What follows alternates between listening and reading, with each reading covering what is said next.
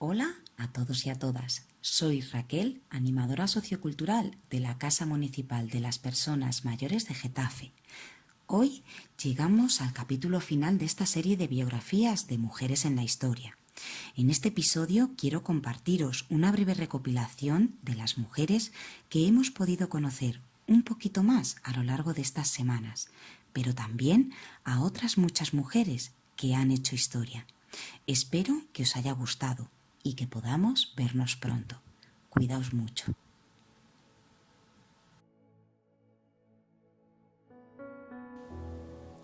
Juana de Castilla, más conocida como Juana la Beltraneja, sobrina de Isabel de Castilla, pasó a la historia por la humillación a la que fue sometida durante toda su vida, por culpa de las dudas que había acerca de la verdadera identidad de su padre, pues aunque se decía que era el rey Enrique II, nunca nadie pudo probarlo y él mismo nunca trató de defender el honor de su propia hija. Su vida estuvo marcada porque fue destituida de su rango. Hubo de renunciar por tratado a todos sus títulos y señoríos, incluso a su calidad de infanta castellana y de alteza. De esta manera se acabó llamando como la excelente señora por un decreto portugués y acabó el fin de su vida en el exilio en Portugal, conocida como la olvidada porque no se sabe tanto en su vida, en comparación con su tía Isabel la Católica, quien la hizo sombra. Beatriz Galindo, escritora y erudita conocida como la Latina. Nació en Salamanca en 1465 y murió en Madrid en 1535. Desde muy pequeña mostró una gran afición por los estudios clásicos, el griego y el latín. De ahí proviene su apodo.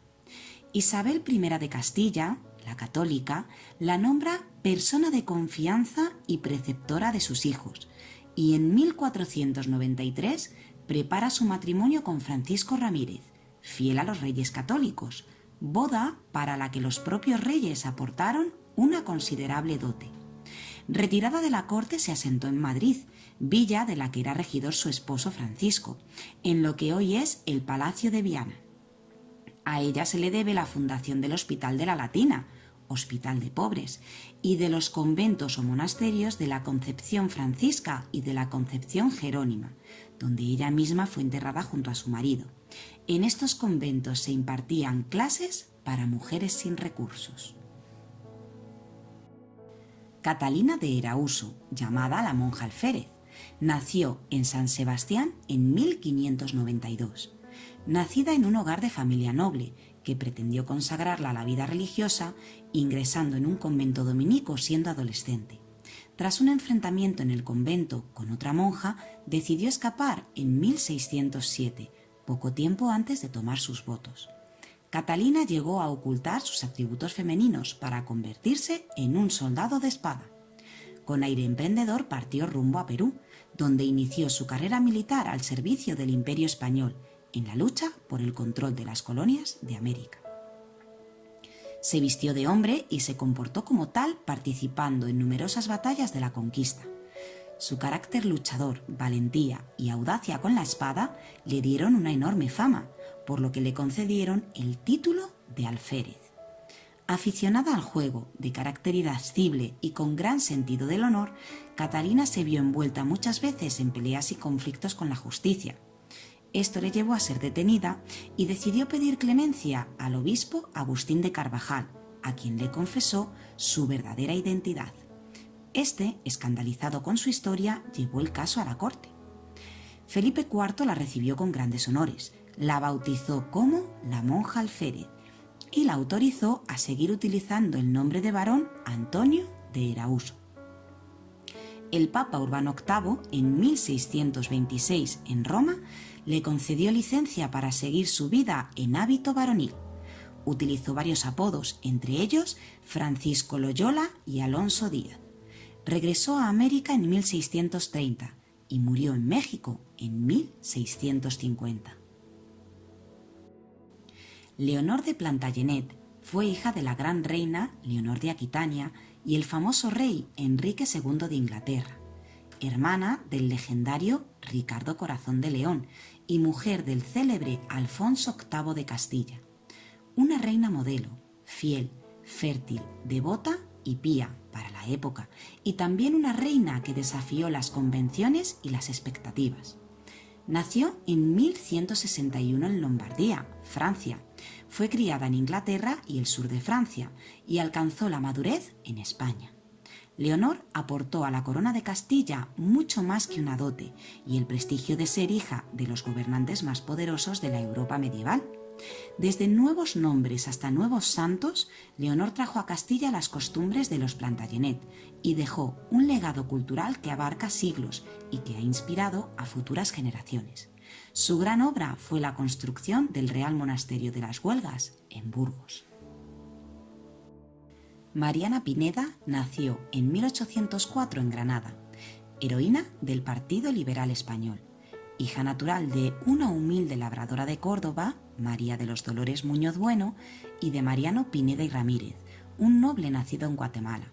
Por la diferencia de estatus social entre sus padres, estos no pudieron casarse y finalmente Mariana se quedó con su padre, que al morir la dejó con su tío José de Pineda, ciego de nacimiento, y cuando éste se casó fue entregada a una familia amiga, a José de Mesa y doña Úrsula de la Presa. A los 15 años se casó con Manuel Peralta y Valle, firme partidario del bando liberal. Compartió las ideas de su esposo y en 1822, al quedar viuda, se involucró más en contra de los partidos del absolutismo y del rey Fernando VII. Pese a estar vigilada, Mariana convirtió su casa en un centro clandestino y de ayuda para los liberales. Sirvió de enlace entre los presos y sus familias y pedía mejores condiciones y tramitaba solicitudes de indultos. A causa de una denuncia, en 1831, al registrar una casa de la Resistencia, se encontró una bandera bordada con el lema liberal: igualdad, libertad y ley. Mariana fue inculpada y encerrada en el convento de Santa María Egipciaca, que se había convertido en una cárcel para mujeres.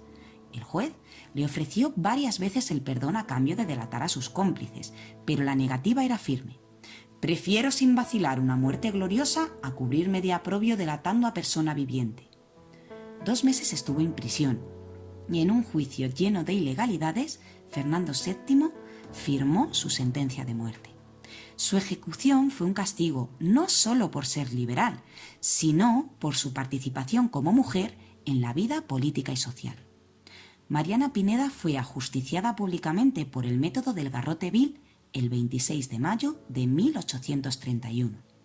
Con tan solo 26 años demostró gran valor y decisión, convirtiéndose en mártir para los liberales y símbolo de la lucha por la libertad y la causa de los derechos del pueblo. Una reina que nunca estuvo loca. Juana I de Castilla nació el 6 de noviembre de 1479 en Toledo. Era la tercera hija de los reyes católicos. Fue educada como una princesa, aunque se mostró indiferente ante la religión y su formación real, algo que preocupaba seriamente a su madre, la reina Isabel la Católica. La casaron con 16 años, en 1496, con Felipe el Hermoso, quien era el primer hijo de los monarcas de Austria. Este matrimonio se celebró para fortalecer la política internacional de sus padres. Felipe le fue infiel en numerosas ocasiones. Esto provocaba sus enfados, como era de esperar, y estas reacciones se tradujeron como desequilibrios mentales. Cuando sus hermanos murieron, ella y su esposo fueron declarados reyes de Castilla y Aragón, pero pronto se rumoreó que Juana empezaba a mostrar signos de sufrir una enfermedad mental, lo que complicó mucho su reinado. Como supuestamente Juana no estaba en condiciones para ser reina, su padre y su esposo formaron un gobierno conjunto para gobernar Castilla y Aragón, pero ambos empezaron a tener grandes diferencias e intereses, así que su padre se alejó de la corona para evitar una guerra civil y todo el poder recayó sobre el rey Felipe. Cuando murió Felipe a los 28 años, Juana reivindicó el trono y ni su propio padre la apoyó, por lo que Fernando volvió al trono y se hizo cargo de todo hasta que el primer hijo varón de Juana, Carlos, tuvo edad suficiente para hacerse cargo de la corona. Juana continuó teniendo el título de reina, aunque nunca ejerció como tal, debido a la negativa, principalmente de sus familiares. Esto motivó su encierro en Tordesillas, donde pasó sus últimos años de vida junto a su hija Catalina, su única compañía, hasta que tuvo que marcharse para casarse en el año 1526. Murió el 12 de abril de 1555, después de haber sido recluida durante 46 años, conservando hasta entonces su título de reina. Nació como María Mayor Fernández de Cámara y Pita, pero el mundo la conocería como María Pita, cuando decidió convertirse en una férrea defensora de La Coruña, su ciudad natal, a instancias del año 1589, momento en que atacó la Armada de Gran Bretaña. Era un día 3 de mayo cuando los ingleses recalan en La Coruña con intenciones invasoras. El ataque tenía como principal impulsora a la monarca inglesa Isabel I, quien quería quitarle el trono de Portugal y España a Felipe II. Primero, los ingleses cercaron la ciudad y en el ataque inglés fallece el marido de Pita, quien absolutamente fuera de sí al ver muerto a su esposo, toma una lanza y asesina al alférez que dirigía la operación militar, lanzándose a la contienda enarbolando la bandera que éste había dejado caer, al grito de «Quien tenga honra, que me siga». Esta acción de María generó la retirada de las tropas y, por supuesto, erigió a esta mujer, simple y poco involucrada en temas militares, como una heroína de su ciudad y de su patria para siempre. También tuvo una intervención importante después del ataque, atendiendo a los enfermos y recolectando los cadáveres para darles sepultura. Se casó varias veces y tuvo un total de 4 descendientes. Cuando enviuda por última vez, el rey Felipe II, en reconocimiento por su labor y aporte a la independencia, decide otorgarle una pensión. Pero María obtuvo más reconocimientos por parte de su ciudad natal, y así es que en su primera casa se levantó un museo que la recuerda, y en la plaza principal se erigió una estatua en su honor. No existen muchas certezas acerca de los orígenes de esta heroína. Sí se sabe que nació en La Coruña en el año 1565, presumiblemente, y que lo hizo en el seno de una familia humilde. En tanto, al momento de la invasión inglesa a su ciudad tendría unos 25 años de edad. Su fallecimiento está fechado en el año 1643. Muy poco sabemos de la vida de María de Zayas y Sotomayor, salvo que era madrileña, que vivió en la primera mitad del siglo XVII y que escribió en el entorno de Lope de Vega, quien alabó su talento.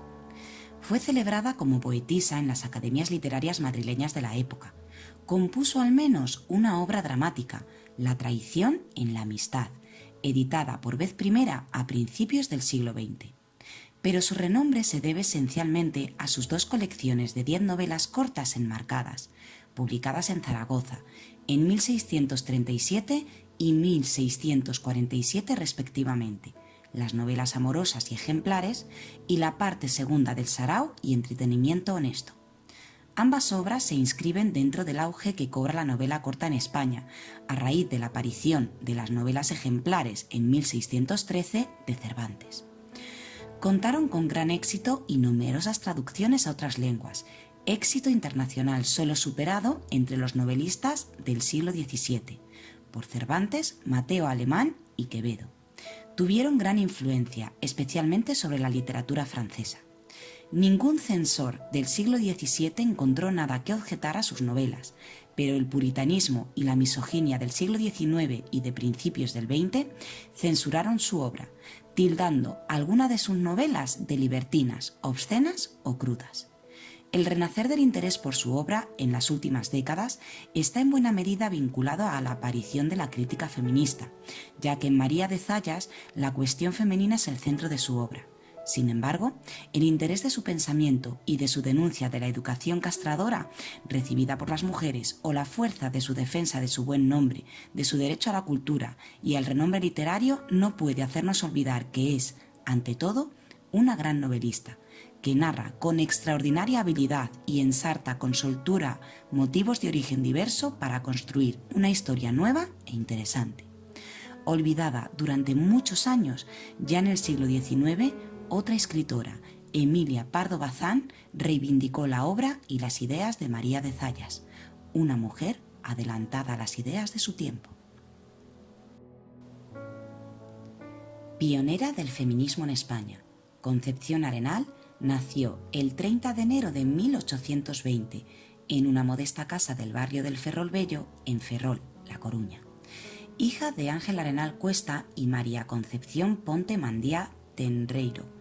Su padre fue un liberal constitucionalista, secretario político del Gobierno Superior de la provincia de Galicia, que fue perseguido por el régimen absolutista y tras pasar una temporada en prisión, falleció en el exilio. Se trasladó junto a su madre a Armaño, Santander, hasta que finalmente en 1834 viajó a Madrid para estudiar en un colegio femenino.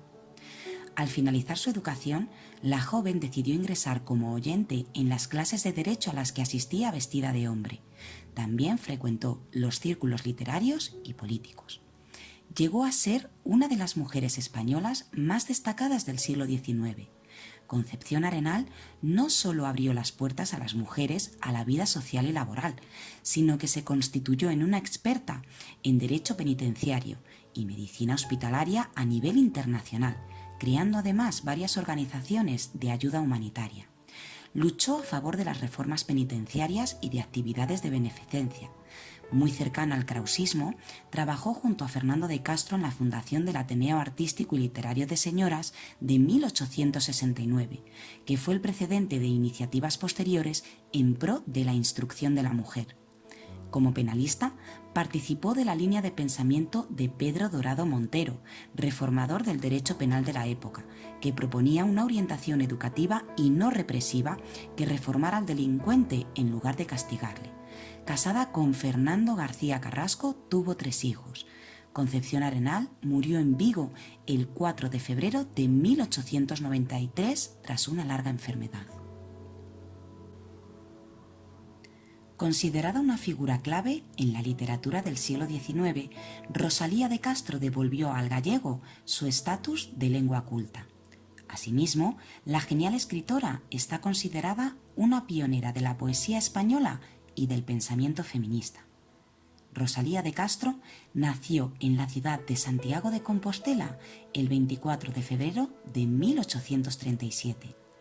Hija de una hidalga venida a menos, Teresa de Castro, y de un sacerdote, José Martínez Biojo, fue considerado un nacimiento no bien avenido, así que al principio no fue aceptada por la familia materna. Por eso, durante sus primeros años, fue criada por sus 2 tías paternas. A los 5 años se traslada junto a su madre a la localidad de Padrón, en Coruña. Su adolescencia estuvo marcada por una profunda crisis tras el descubrimiento de su condición de hija ilegítima y por una delicada salud que jamás mejoró. Se trasladó a Madrid en 1855 y fue allí donde salió a la luz su primera obra, el poemario en castellano titulado La Flor. Este libro recibió muy buenas críticas de Manuel de Mungía, con el que se casaría más tarde. Tras la muerte de su madre, Manuel y Rosalía se trasladan de nuevo a su Galicia natal.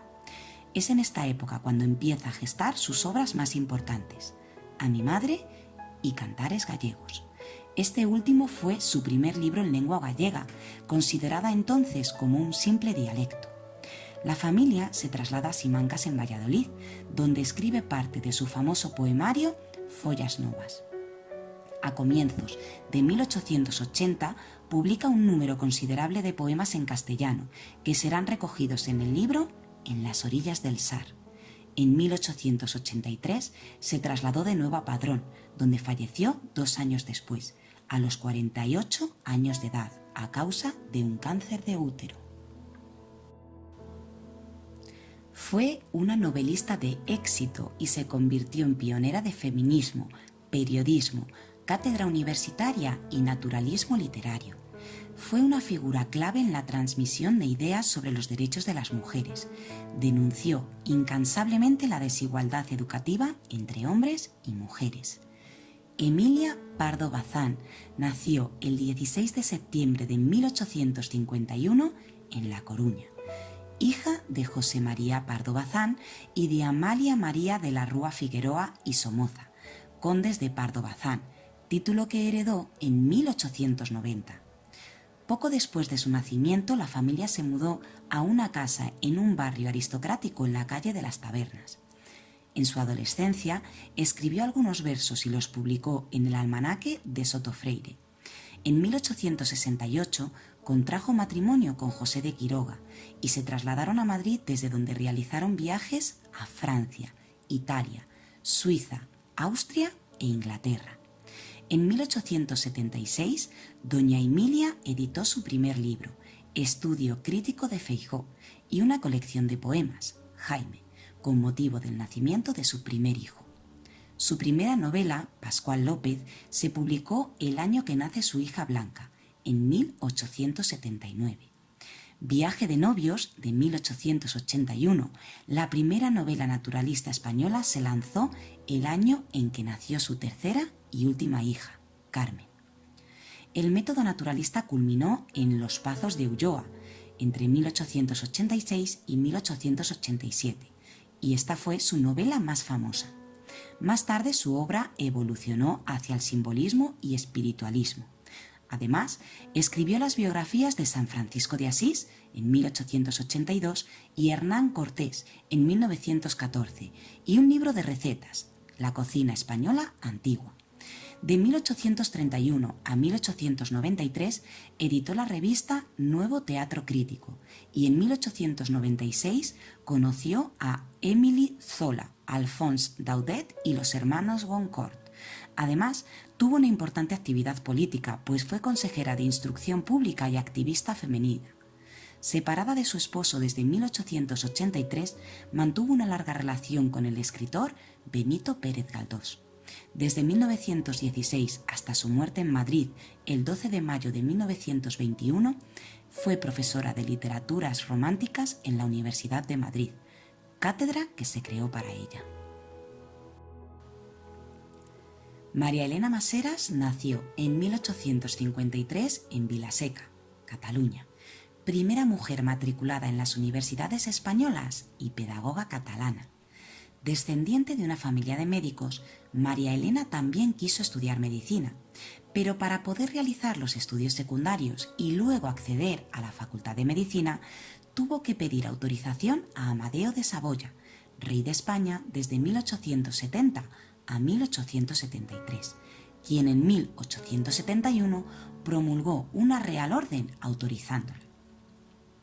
En 1872, María Elena entró en la Universidad de Barcelona, siendo recibida por una multitud de aplausos, ya que era la primera mujer en acceder a la universidad en toda España.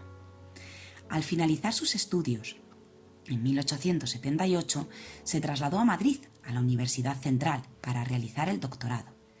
El hecho de que fuera mujer produjo gran confusión en las autoridades madrileñas, que le negaron el título de licenciatura al que tenía derecho. Con una actitud firme, decidida y valiente, María Elena cuestionaba los impedimentos que dificultaban su carrera académica. Era un terreno exclusivo para hombres y no era concebible que las mujeres tuvieran acceso. El mismo rector se oponía a la presencia femenina en su cátedra. Finalmente, en 1882, después de 3 años, se le concedió el permiso para examinarse, obteniendo un excelente, y se le dio el título de licenciada en medicina.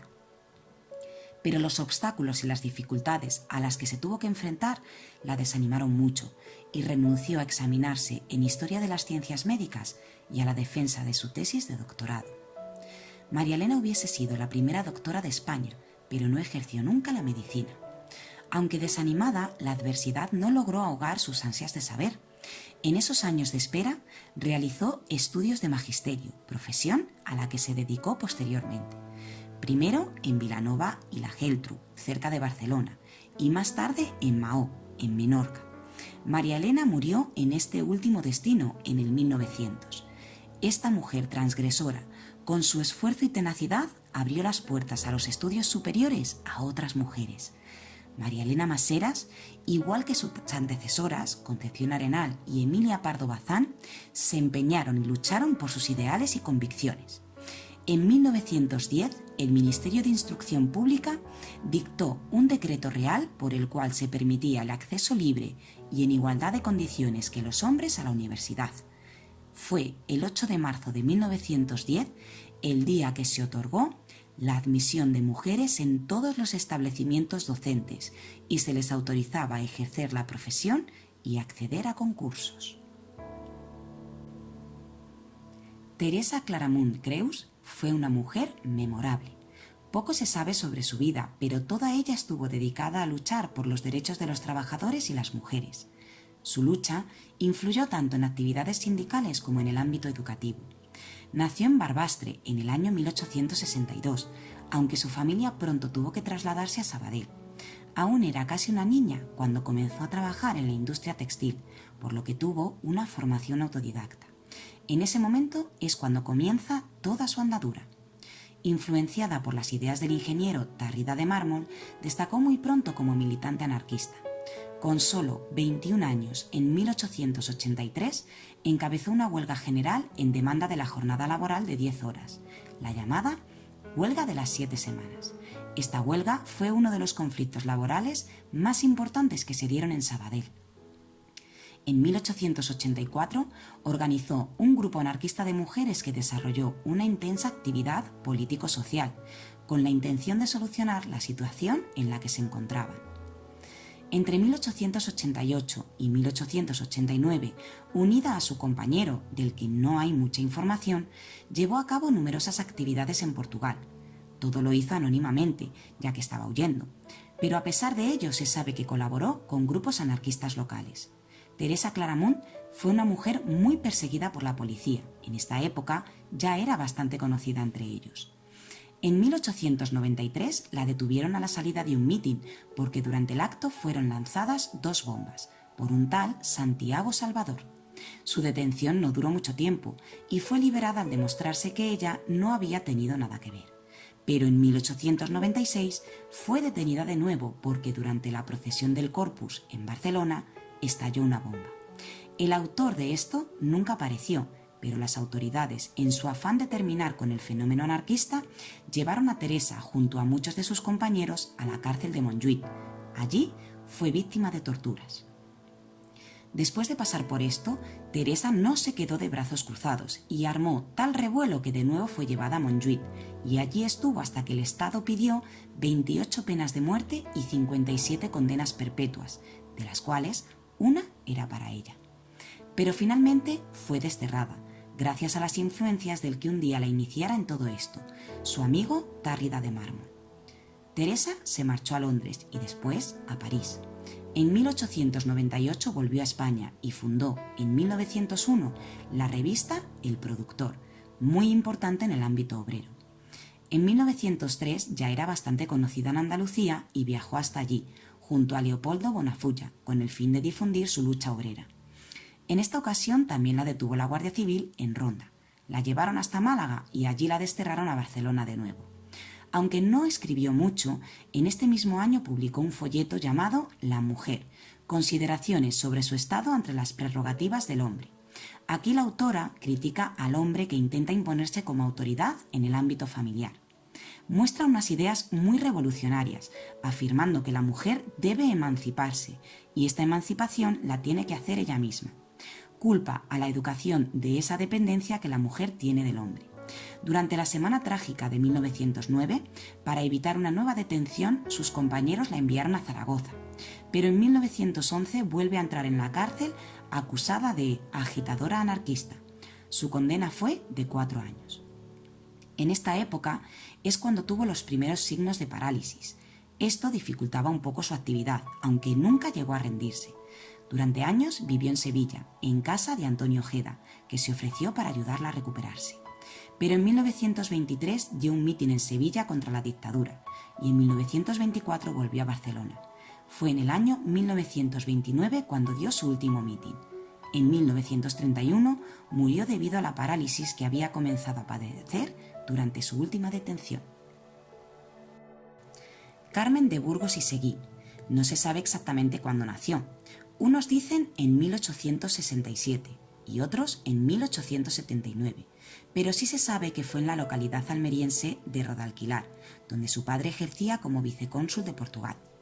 Con tan solo 17 años se casó con un periodista 12 años mayor que ella, Arturo Álvarez Bustos. Su matrimonio fue dramático, pues no solo perdió a 3 de los 4 hijos que tuvo con su marido, sino que éste pronto desató su agresividad sobre Carmen, que sufrió malos tratos constantes. Pero para sorpresa de todos, Carmen de Burgos decidió un día dejarlo todo, y puesto que el divorcio no estaba aún legalizado en España, abandonó su casa y se marchó. Con gran esfuerzo y determinación, Carmen se había estado preparando para conseguir el título de maestra, y cuando lo consiguió decidió dar un salto al vacío. En 1901 se fue con la pequeña María a Madrid y a los pocos meses obtuvo una plaza en una escuela de Guadalajara. Aceptó el puesto para poder ganarse la vida, pero lo que en verdad quería era dedicarse a la escritura. Así, además de dar clases, Carmen empezó a publicar colaboraciones esporádicas en prensa. Poco a poco, sus escritos fueron apareciendo en cabeceras, hasta que consiguió un puesto de redactora en el Diario Universal. Fue aquí, y de la mano de Augusto Suárez de Figueroa, donde empezó a firmar con el seudónimo Colombine. Empezaba entonces una carrera como periodista que la llevó incluso a convertirse en la primera mujer española en ejercer como corresponsal de guerra en Marruecos, además de saltar a los periódicos internacionales. También escribiría cuentos, novelas y relatos de viajes, al tiempo que se convertía en un miembro más del círculo intelectual madrileño, haciendo del salón de su casa uno de los salones literarios más importantes de la capital. Carmen empleó su influencia como periodista para defender públicamente la necesidad de una ley del divorcio y el voto femenino para las mujeres. Tuvo una relación sentimental con Ramón Gómez de la Serna, 20 años más joven que ella. Al final de sus días, Carmen de Burgos dedicó sus esfuerzos a la política y a la defensa de los derechos de las mujeres. Cuando faltaban pocos meses para que en España se proclamara la República en 1931, se afiliaba al Partido Republicano Radical Socialista y participó activamente en mítines y conferencias en las que defendió los derechos de las mujeres. En uno de estos actos públicos, el 8 de octubre de 1932, Carmen falleció repentinamente de un ataque al corazón. Posiblemente sea la feminista española más reconocida en la historia. Clara nació en Madrid en 1888, política española pionera de la militancia feminista. Procedente de una familia modesta, estudió la carrera de Derecho al mismo tiempo que trabajaba y se licenció en la Universidad de Madrid en 1924. Al tiempo que ejercía su actividad como abogada, sus inquietudes políticas le llevaron a aproximarse a los socialistas y a fundar una asociación femenina universitaria. Con el advenimiento de la Segunda República en 1931, Clara obtuvo un escaño de diputada por Madrid en las listas del Partido Radical. Formó parte de la Comisión Constitucional, destacando en la discusión que condujo a aprobar el artículo 36, que reconocía por vez primera el derecho de voto a las mujeres. Los gobiernos de la República le confiaron otros cargos de responsabilidad, como la vicepresidencia de la Comisión de Trabajo, la Dirección General de Beneficencia, la participación en la comisión que preparó la reforma del Código Civil o la presencia en la delegación española ante la Sociedad de Naciones. También fundó una organización llamada Unión Republicana Femenina.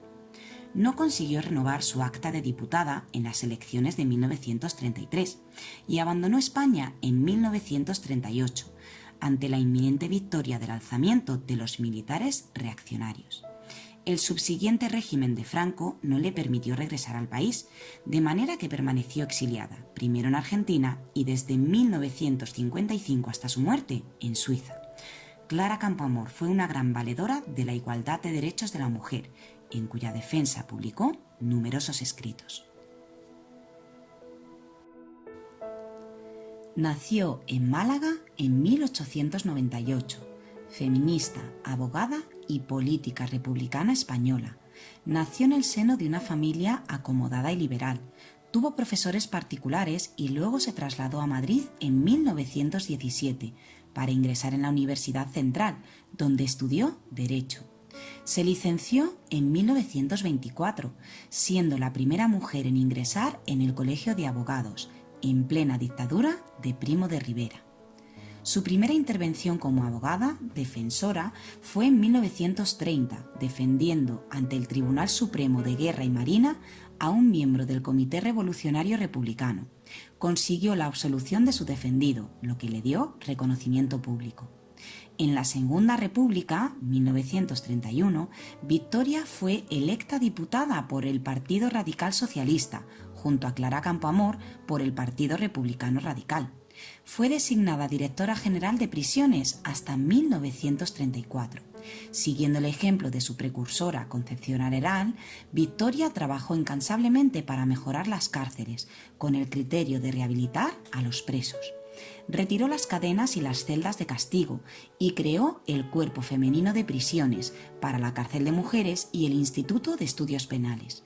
De fuertes convicciones democráticas y feministas, Victoria mantuvo fuertes discusiones con la diputada Clara Campoamor por el sufragio femenino, pues estaba en contra de otorgar el voto femenino de forma inmediata, ya que consideraba que la mujer española no estaba preparada social ni políticamente para votar. Afrontó con valentía el rechazo hacia sus ideas y al no ganar las elecciones de 1933 abandonó la dirección de las prisiones. Victoria volvió a ser electa diputada en 1936 y durante la Guerra Civil viajó a Francia como secretaria de la Embajada Española. Cuando Franco derrotó a la República e instauró su dictadura, permaneció en París, colaborando en la salida de refugiados españoles hacia América. Al llegar la invasión nazi a París en 1940, Victoria vivió con identidad falsa como Madame Duval, trabajando y escribiendo a favor de los exiliados españoles. En 1948 partió exiliada para México, donde desarrolló una intensa actividad intelectual en ámbitos universitarios y penitenciarios. En 1950 trabajó en Nueva York como funcionaria de la ONU. Dirigió la revista Ibérica, destinada a la publicación de noticias llegadas de España para los exiliados republicanos en Estados Unidos. Cuando en 1975 murió Franco y comenzó la transición democrática, la revista dejó de editarse. Victoria estuvo durante 40 años en el exilio, trabajando infatigablemente, apasionada y decidida. Dedicó su vida a luchar por mejorar las condiciones de vida, no solo de las mujeres, sino de todos los que se encontraran en condiciones de inferioridad, presos, huérfanos y exiliados. Victoria Kent murió en Nueva York en 1987. Ana María Gómez González, conocida como Maruja Mayo, creció en el seno de una familia numerosa, siendo la cuarta hermana de 14. Tuvo que trasladarse a Avilés debido al trabajo de su padre, donde comenzó en el mundo del arte. En los años 20 los artistas empezaban a ser la voz del pueblo, estaban comprometidos y tenían derecho a opinar sobre la sociedad o la política, por lo que las primeras obras de Mayo mostrarán esa libertad.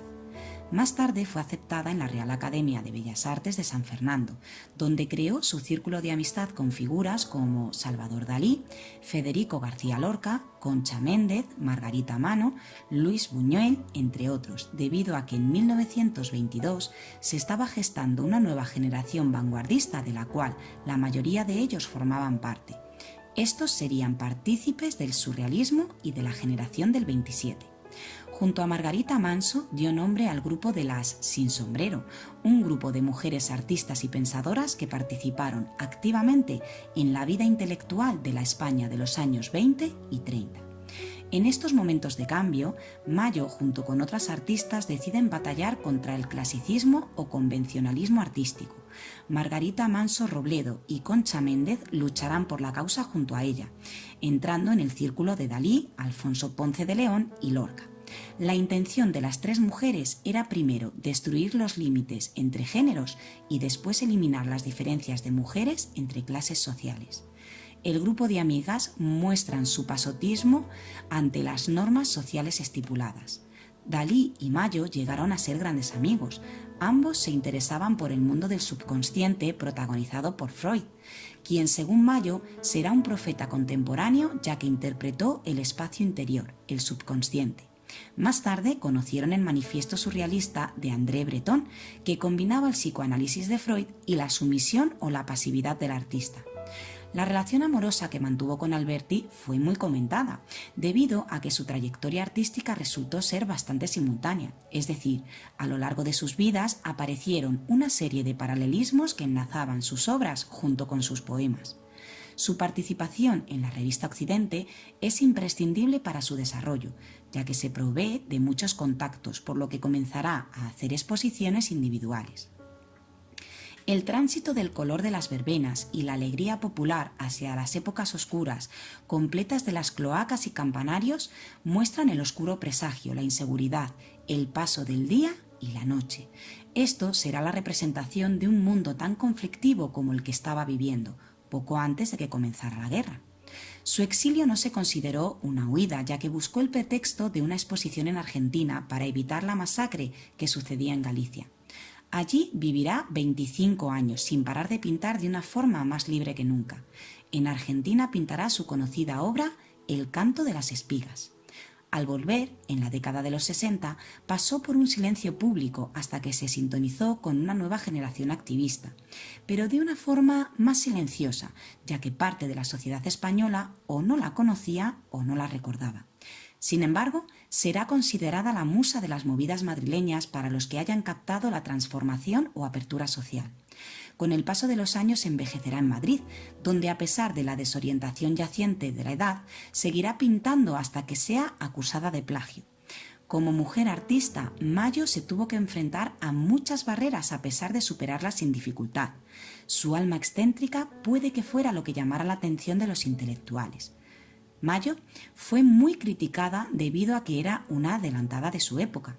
Es por ello por lo que muchas de sus obras, que en un hombre habrían significado arte surrealista, fueron muy criticadas y consideradas como de poca habilidad técnica.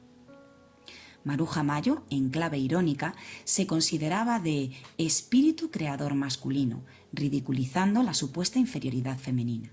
Conocida como la transgresora por ser una figura que con su arte evita el descrédito por ser mujer, supera todas las inferioridades y alcanza la cima. Al hablar de Mayo y de su nivel artístico, no podemos olvidar que fue convocada para exponer junto a Picasso y a Gris, y por ello es necesario destacar el mérito que supone para un artista. María Zambrano Alarcón nació en Vélez, Málaga, el 22 de abril de 1904. A los 4 años se traslada desde Vélez a Madrid y de allí a Segovia, donde transcurre su adolescencia. Desde 1924 hasta 1927 cursa estudios de filosofía en Madrid, asistiendo a las clases de José Ortega y Gasset, de Manuel García Morente, Julián Besteiro y de Xavier Zubiri. Durante este periodo participa en movimientos estudiantiles y colabora con diversos periódicos. Su primera obra, Nuevo del liberalismo, de 1930, es fruto de los acontecimientos políticos de aquellos años. Desde 1931 ejerce como profesora auxiliar de la Cátedra de Metafísica en la Universidad Central y en 1932 colabora en publicaciones como la Revista de Occidente, Cruz y Raya y Hora de España. En estos años que preceden al exilio entabla amistad con los miembros de la generación del 27, Luis Cernuda, Emilio Prados, Miguel Hernández y Jorge Guillén, entre otros. Viaja a La Habana y allí conoce a José Lezama Lima, además de pronunciar una conferencia sobre José Ortega y Gasset. Al estallar la guerra, regresa a España para colaborar con la República. Residirá en Valencia y Barcelona hasta 1939, año en que cruza la frontera francesa hacia el exilio. Tras pasar por ciudades como París, Nueva York o La Habana, se instala en México, donde imparte clases de filosofía en la Universidad de San Nicolás de Hidalgo de Morelia. En México conoce a Octavio de Paz y León Felipe. En este año comienza un periodo de intensa actividad literaria marcada por el exilio y publica Pensamiento y poesía en la vida española y Filosofía y poesía. Después de pasar por la Universidad de Puerto Rico, viaja en 1946 a París, donde conoce a Albert Camus y a René Char.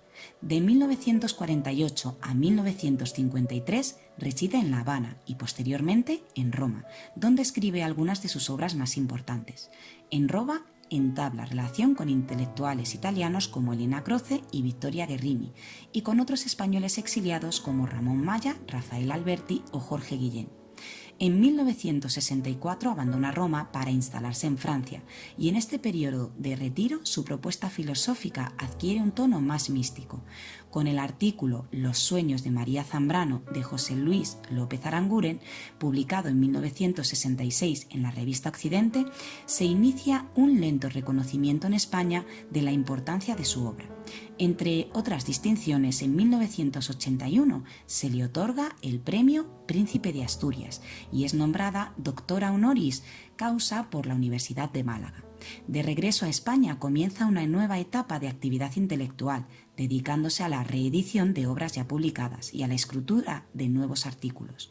El reconocimiento a su obra se ve culminado en 1988, al otorgarle el Ministerio de Cultura de España el Premio Miguel Cervantes de Literatura. Federica Montseny nació en Madrid en 1905, cuando acababa la etapa madrileña de La Revista Blanca, publicación que promovían sus padres, conocidos publicistas y militantes anarquistas. La educación de Federica corrió a cargo de su madre, Soledad Gustavo, debido a que sus padres, maestros racionalistas y libertarios, lo prefirieron así. Después, Federica completó su instrucción de forma autodidacta, leyendo cuanto caía en sus manos, bien fuera literatura o teatro, o bien fuera clásico o contemporáneo. A los 18 años era ya una clara defensora del anarquismo, edad en la que mandó su primer artículo a Solidaridad Obrera, el periódico diario de los sindicatos únicos de la CNT. Escribió después frecuentemente en la reaparecida La Revista Blanca y en sus diferentes colecciones de narrativa, La Novela Ideal y Voluntad. Publicó La Victoria, El hijo de Clara y La Indomable durante la dictadura de Primo de Rivera, 3 novelas centradas en la emancipación femenina. Montseny defendía ya la igualdad de derechos entre hombres y mujeres, insistía en la vida autónoma de estas y exigía la naturalización de los sexos en una sociedad sin Estado ni capital. Sin embargo, nunca defendió a las feministas contemporáneas que pretendían únicamente un reconocimiento de la ciudadanía política de las mujeres en la sociedad capitalista. Su argumento era sencillo: las mujeres anarquistas debían oponerse a una igualdad hipotética, ya que existía una clara desigualdad política y social general. El 22 de diciembre de 1933 es una fecha muy señalada en la historia de las mujeres, ya que fue la primera vez que en España pudieron ejercer su derecho al voto en unas elecciones democráticas, al aprobarse el sufragio femenino 2 años antes, en 1931. Federica empezó a moverse en el sindicalismo de la CNT en enero de 1931 y se incorporó también al Sindicato Único de Profesionales Liberales de Barcelona. En 1936 se incorporó al Comité Regional de Cataluña de la CNT, al Comité Peninsular de la Federación Anarquista Ibérica, FAI. Después, durante la Guerra Civil, se convertiría en ministra de Sanidad y Asistencia Social con el gobierno de Largo Caballero. Era la primera mujer española en dirigir un ministerio. Sus ideas eran claras. Planteó un concepto de bienestar social fundamentado en criterios de ciudadanía social y completamente distinto de las prácticas de beneficencia, prevención en la política sanitaria y una ley de interrupción voluntaria del embarazo, paralela al que aprobarían por decreto en Cataluña en 1936. En 1938, tras la caída del gobierno de Largo Caballero, presidió el primer comité de enlace CNT-UGT y fue la responsable durante la Guerra Civil del Departamento de Sanidad de la Comisión de Batallones de Voluntarios, que trató de organizar, sin éxito, la resistencia frente a las tropas de Franco. Al terminar la guerra se exilió en Francia, donde siguió con sus participaciones sindicales. De hecho, en 1977 regresó a España para participar en la reconstrucción de la CNT. Ni el exilio ni sus problemas de visión hicieron desistir a Federica Montseny de sus prácticas propagandísticas. Regresó a Toulouse, pero en 1981 volvió a España para recorrerla en campaña de propaganda anarquista. En 1989 ingresó en una residencia de ancianos en Toulouse, ciudad en la que murió en 1994.